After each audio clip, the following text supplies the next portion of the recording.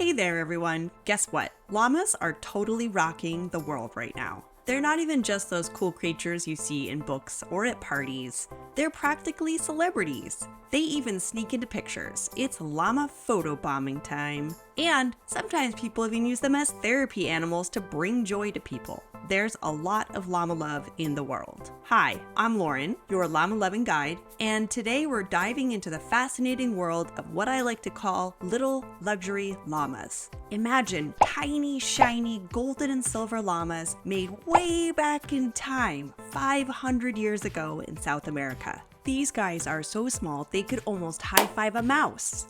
You can spot them in museums if you look really closely, and trust me, they're a llama load of fun to look at.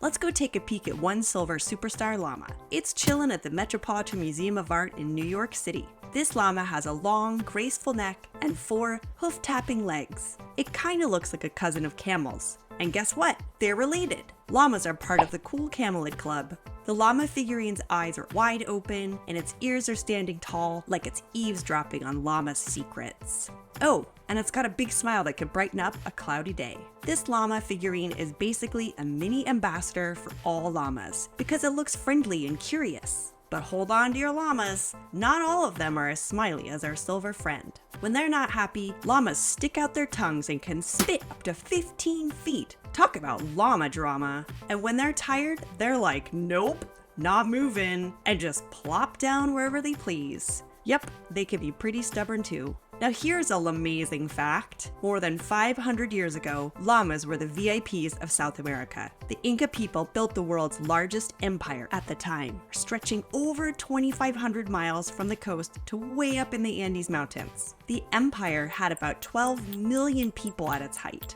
Imagine that, an empire with more people than you can count. And guess who helped build it? You got it, llamas. Our mini llama figurines were like a way to say thanks.